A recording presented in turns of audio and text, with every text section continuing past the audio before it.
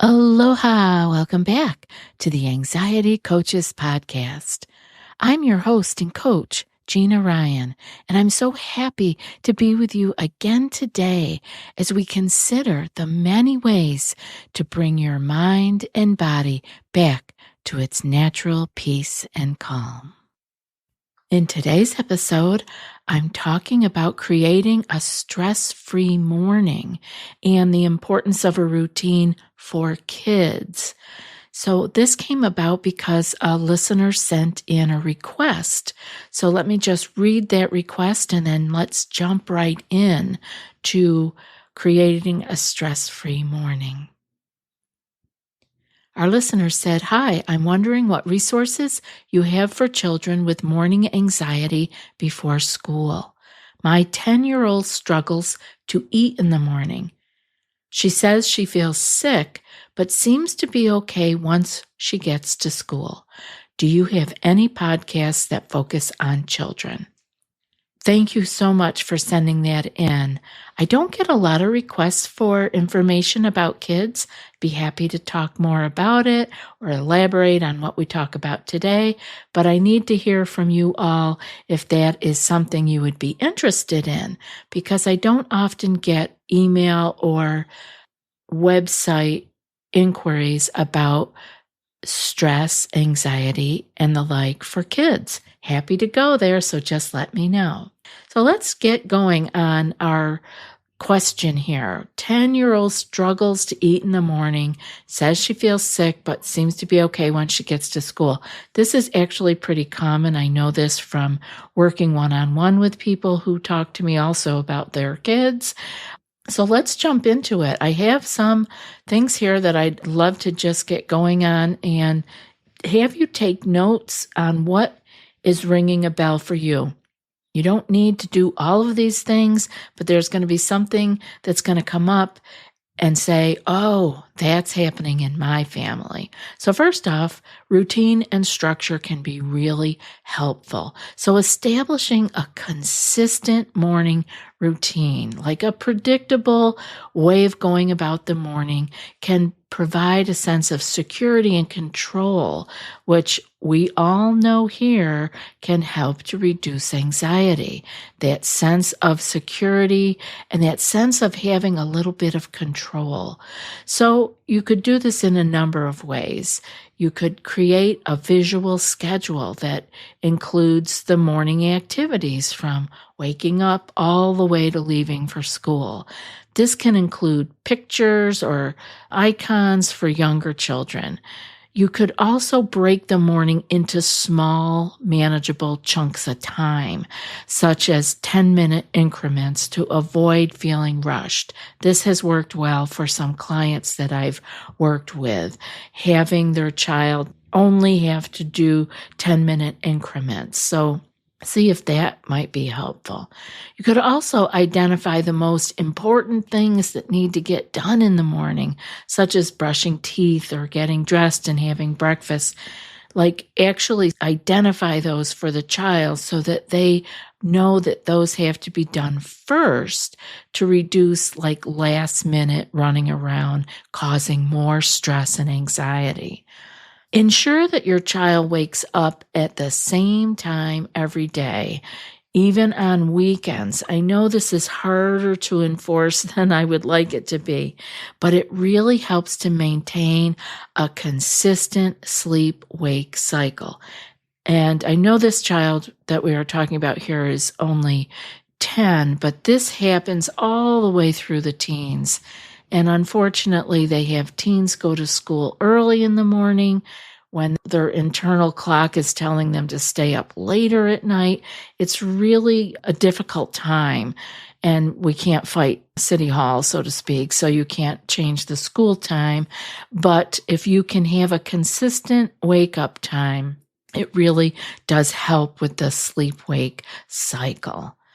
So next I want to move into talking about some relaxation techniques or practices that you can get going with your child in the morning and actually teaching them breathing exercises or mindfulness practices so that they can have a calmer nervous system and reduce their feelings of anxiety altogether, not just in the morning.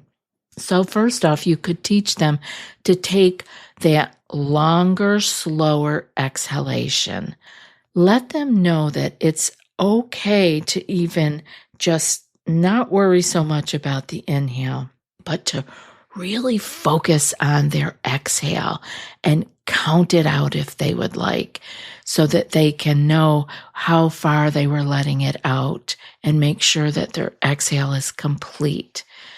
You could also teach them very structured exercises, such as breathing in for 4 seconds and holding it for 4 to 7 seconds, depending on the child. This is why it's hard to just say numbers out there. And then to exhale for 8 or more seconds. The focus here again is a smaller inhale and a longer exhale with a hold in between. You can work on those numbers with your child. It's less important about what those specific numbers are, as it is that the inhale is one thing, a little bit of a hold, and a longer exhale, often double of what the inhale was. But I like to just have them focus on a longer, slower exhalation. That is easier for many, many people. You could teach them or introduce to them mindfulness exercises. I think you can find all kinds of stuff out there on the internet, either on YouTube. I know Headspace has the thing for kids, and maybe Calm does too. You can look into those things that are specifically made for mindfulness meditations for kids. But you could also guide them through progressive muscle relaxation. You could have them do our body scan meditation, which is available on our website if you don't already have it. That could be a great thing to do, so that not doing it particularly in the morning, but that they can learn on their own, that they can tense and relax their own muscles and begin to feel the difference between being tense and relaxed. So that when you talk about it in the morning, they can reflect, oh yeah, am I tense or am I relaxed? Because we'll get to that communication piece a little further down here. You could also teach them how to do some visualizations, how to close their eyes and imagining a calm and safe space, such as their favorite place, whether that be at the beach or on a soccer field or in the forest, to help them shift their focus away from being tense and anxious. We could also talk about healthy breakfast options. Make sure that you are offering foods that are not causing them more stress, such as things that they absolutely do not like or refuse to eat. This is not the time to have the food police come out. It's okay right now at this juncture to offer light and easy digestible foods, because anxiety can affect their appetite and their digestion. So providing suitable breakfast options is really important. It could be things like smoothies. They could have blended fruits, and if you eat yogurt, and blend that up and have that be their breakfast. It could be as simple as toast with nut butter, whole grain toast with a smear of almond butter or peanut butter, just to get them through their morning without struggle or stomach upset. Could be oatmeal. Oatmeal's a great way to start. Most kids really like oatmeal. A small bowl of oatmeal with some fruit can be really gentle on the stomach and super duper nutritious.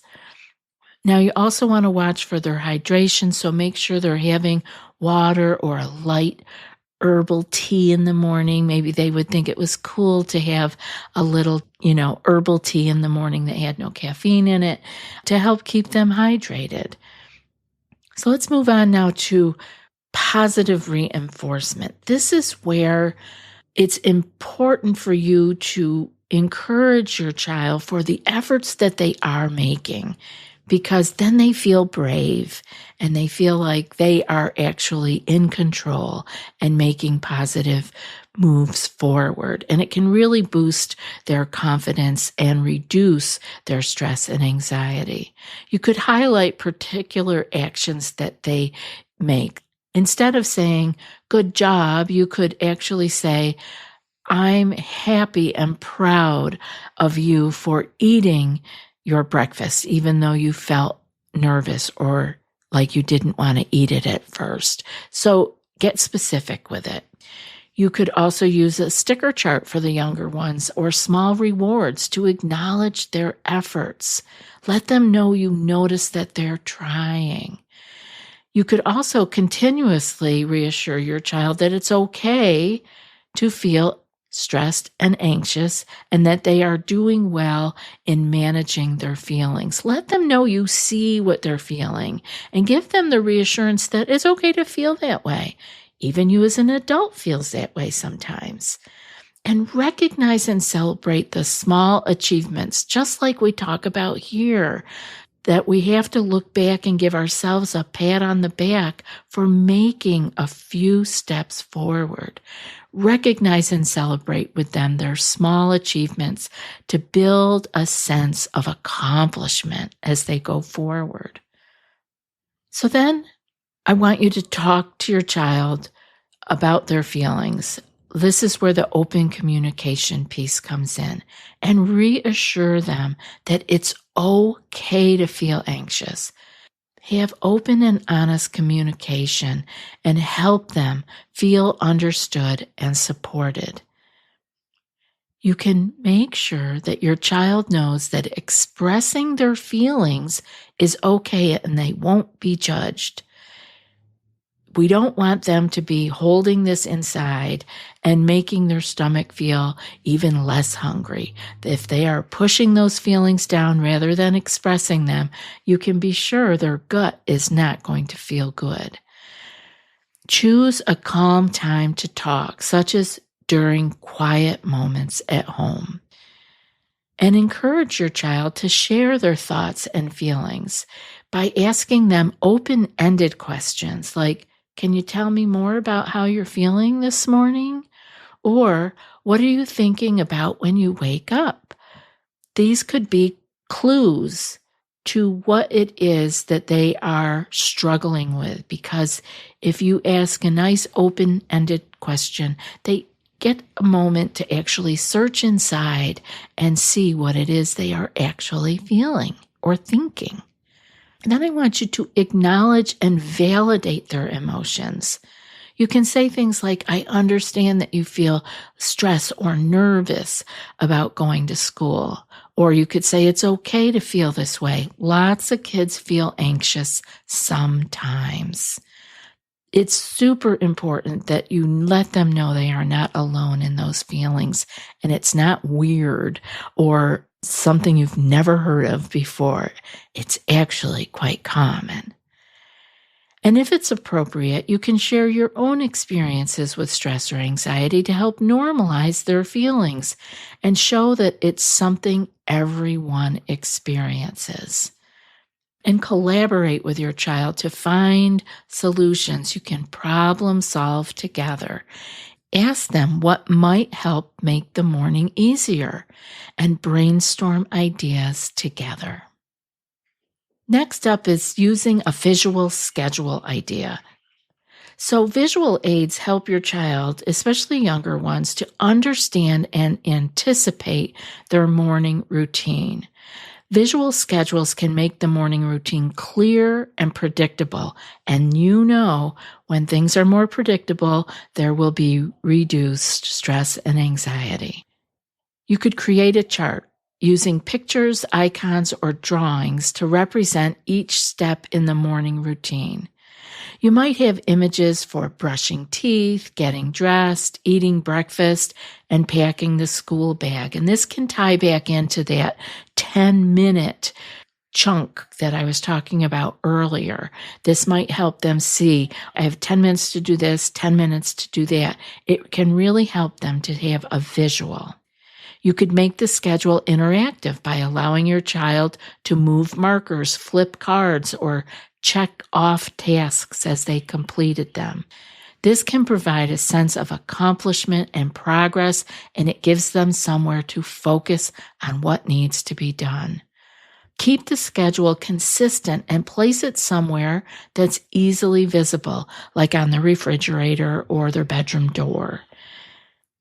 I like the idea of a morning meeting, having a quick morning meeting to review the day's schedule and reinforce what to expect, and you can answer any questions that they might have.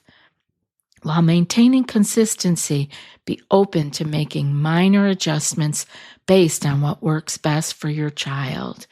Regularly review these and update your schedule as needed.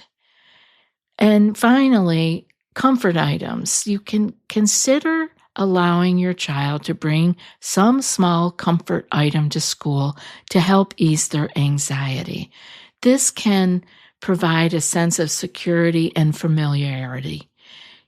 Of course, you want to choose something that's appropriate, like a small stuffed animal or a keychain, or even a small note from home that they keep in their pocket or their bag. And discuss with your child how this item can be helpful in having them feel better. Explain that they can use it to feel connected to home and family throughout the day. Ensure that this item is small and non-disruptive, and discuss any school policies regarding personal items and make sure the item adheres to these guidelines. I am really way out of the school system these days, and I would not know what any of those are. And over time, this comfort item can serve as a transitional object that helps your child gradually become more comfortable without it. Start by allowing them to have it in their bag and eventually and gradually moving it so that they are no longer needing it. Praise your child for their bravery and encourage them to try short periods without the comfort item, gradually increasing the time as they become more comfortable.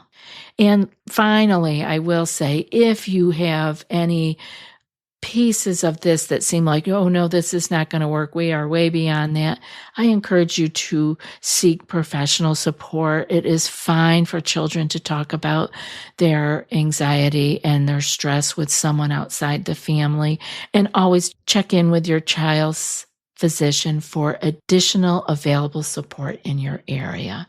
I hope that today's episode was helpful and that these strategies help to create a supportive and predictable environment, helping your child manage their morning anxiety and feel more confident about going to school. And now for today's quote. You can't always control what goes on outside, but you can always control what goes on inside. And that's from Wayne Dyer. I'll be back in a few more days with another podcast. Until then, be well and aloha.